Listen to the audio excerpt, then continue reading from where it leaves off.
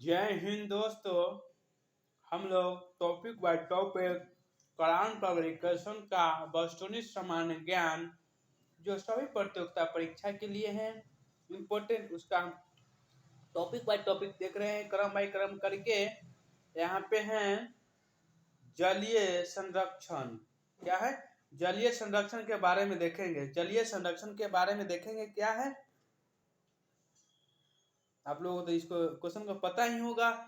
विश्व जल संरक्षण दिवस कब मनाया जाता है? तो 22 मार्च को। कब? 22 मार्च को।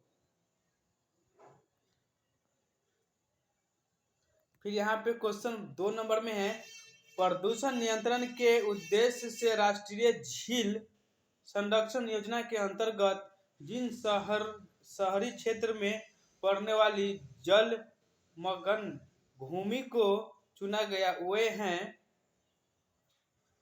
1, 2, 4। क्या कौन है? 1 है, 2 है और 4 है।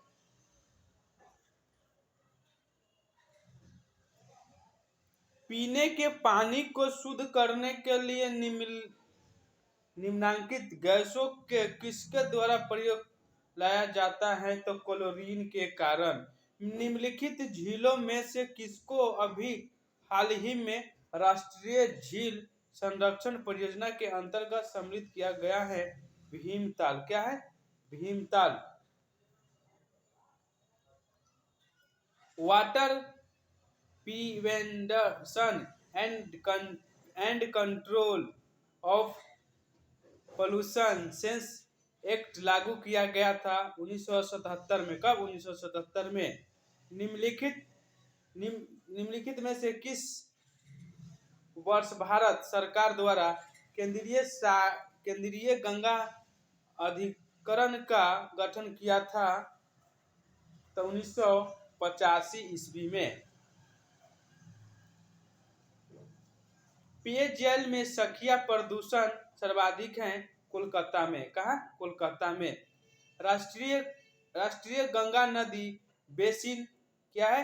राष्ट्रीय गंगा नदी बेसिन प्राधिकरण का गठन किया गया था फरवरी 2019 में, 9 में।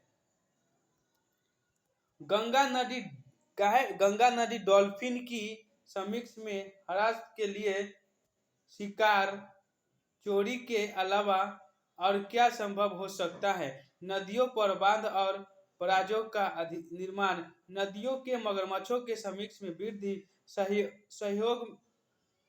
सहयोग से मछली पकड़ने के जाल में फंस जाना।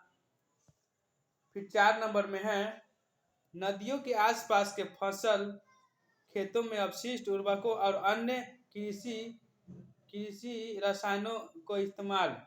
इसका ऑप्शन हो जाएगा सी नंबर। फिर नेक्स्ट क्वेश्चन है, जल शुद्धिकरण प्रणालियों में पराबैंगनी अल्ट्रा वायलेट यूवी किरण क्या भूमि यह जल में उपस्थित नुकसानदेह सूक्ष्म जीवों को निष्कर्ष कर देती हैं। यह जल में उपस्थित सभी अवांछनीय पौधों गंधों को दूर कर देती हैं। यह जल में उपस्थित ठोस कणों के अवसादन को तेज कर देती हैं, आवंटित दूर कर देती हैं और जल की निर्मलता को सुधार करता है। तो केवल एक आंसर होगा। जय हिंद, जय भारत।